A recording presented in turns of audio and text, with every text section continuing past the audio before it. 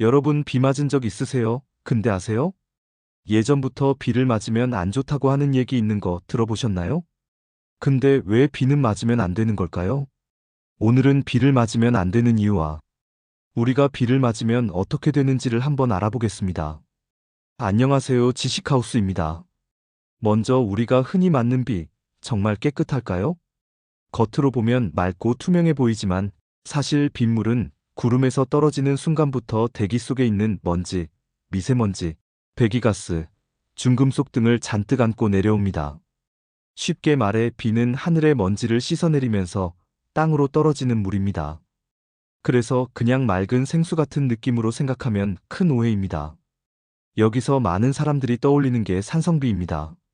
실제로 1980년대와 90년대 산업화가 한창일 때는 황산화물과 질소산화물이 공기 중에 가득했고, 이게 비와 결합하면서 강한 산성비를 만들었습니다.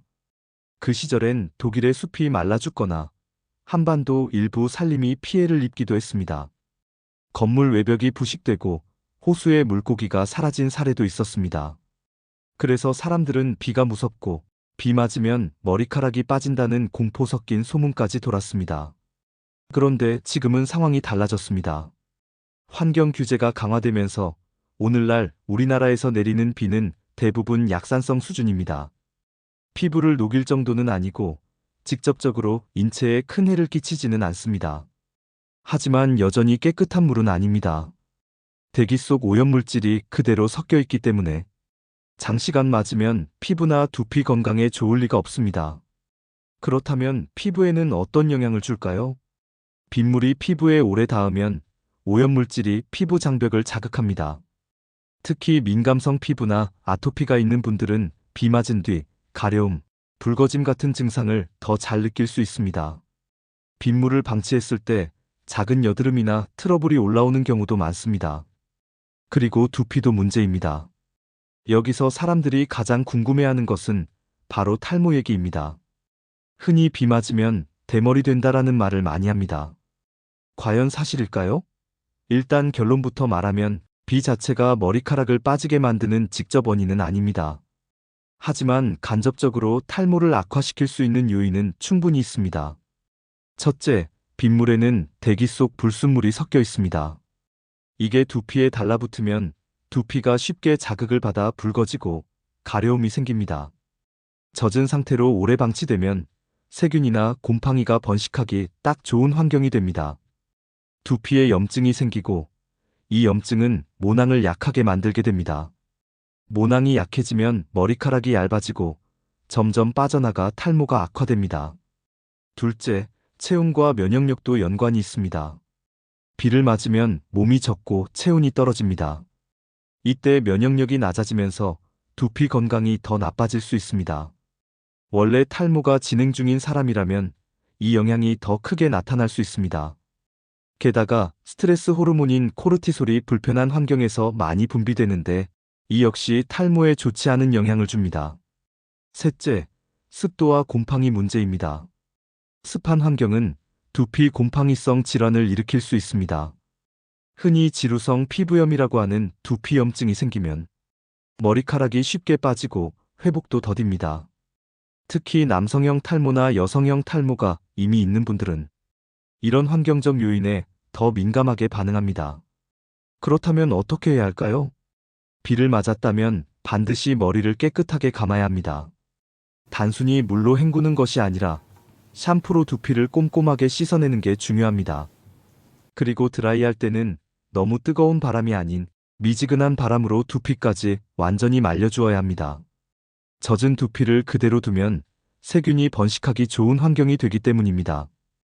평소에도 두피 관리가 중요한데요. 기름진 음식보다는 단백질과 비타민이 풍부한 식단을 유지하고 충분한 수면과 스트레스 관리가 탈모 예방에 도움이 됩니다. 결국 탈모는 유전과 호르몬의 영향이 크지만 이런 생활 습관이 탈모 진행 속도를 늦출 수 있습니다. 다시 돌아와서 비 맞으면 탈모가 된다는 속설은 자극적으로 들리지만 사실 과장된 표현입니다. 그러나 두피를 방치하면 탈모를 악화시킬 수 있다는 점에서는 어느 정도 일리가 있는 말이기도 합니다. 그래서 탈모가 걱정된다면 비를 맞은 후의 관리 습관을 반드시 지켜야 합니다. 다음으로 체온과 호흡기 문제를 살펴보겠습니다. 비를 맞으면 옷이 젖고 체온이 빠르게 떨어집니다. 실제로 젖은 옷은 마른 옷보다 체온을 몇 배 더 빨리 빼앗습니다. 체온이 떨어지면 면역력이 약해지고 감기나 기관지염, 심하면 폐렴까지 이어질 수 있습니다. 어린아이와 노인들은 체온 조절 능력이 약하기 때문에 위험이 더 큽니다. 그래서 아이들이나 노인분들이 비를 오래 맞는 건 반드시 피해야 합니다. 눈 건강도 무시할 수 없습니다. 빗물에는 각종 세균과 먼지가 섞여 있습니다. 특히 렌즈를 낀 상태에서 비를 맞으면 문제가 심각해집니다. 렌즈와 각막 사이에 오염된 빗물이 들어가면 세균이 번식하면서 각막염이나 결막염을 일으킬 수 있습니다. 작은 눈병이라고 생각할 수 있지만 심하면 시력에까지 영향을 줄 수 있습니다. 그래서 렌즈 착용자라면 비 오는 날 더 조심해야 합니다. 제가 며칠 전에 본 경험을 하나 말씀드리겠습니다. 우리 동네에 새끼 고양이 6마리가 태어나 있었는데 큰 비가 내린 뒤 절반이 보이지 않게 되었습니다. 아직 어린 고양이들은 몸을 말릴 힘도 없고 체온도 잘 유지하지 못하기 때문에 비를 버티지 못한 것 같았습니다. 그 모습을 보면서 사람은 그래도 씻고 말리고 따뜻한 집에 들어갈 수 있지만 동물들은 그렇지 못하기 때문에 비가 얼마나 큰 위협이 될 수 있는지 실감했습니다. 마지막으로 흔한 속설들을 정리해 보겠습니다. 비 맞으면 머리 다 빠진다는 직접 원인은 아니지만 두피를 방치하면 탈모를 촉진할 수 있습니다. 요즘 비는 다 산성비라서 위험하다는 예전처럼 강한 산성비는 거의 없지만 여전히 깨끗한 물은 아닙니다. 비 맞으면 피부가 다 상한다는 잠깐 맞는 건 큰 문제 없지만 오래 젖은 상태로 두면 피부 자극이 생길 수 있습니다. 그렇다면 우리가 할 수 있는 가장 좋은 대처는 무엇일까요? 옷이 젖었다면 바로 갈아입고 샤워로 피부와 두피에 남은 오염물질을 씻어내야 합니다. 머리카락은 반드시 잘 말리고 피부는 보습제를 발라주면 좋습니다. 아이와 노인은 체온 유지를 잘해야 하고 렌즈 착용자는 특히 주의가 필요합니다. 정리하자면 비는 우리를 직접 병들게 하지는 않습니다. 하지만 그 속에 섞인 오염물질과 젖은 상태로 방치되는 환경이 문제입니다. 피부, 두피, 눈, 호흡기 건강에 영향을 줄 수 있고 특히 탈모가 걱정되는 분들에게는 더 신경 써야 할 요소가 됩니다. 비는 낭만적일 수 있지만 동시에 관리하지 않으면 위험할 수 있다는 사실 꼭 기억하시기 바랍니다. 오늘은 비 맞으면 안 되는 이유와 우리가 어떻게 대처해야 하는지 알아봤습니다.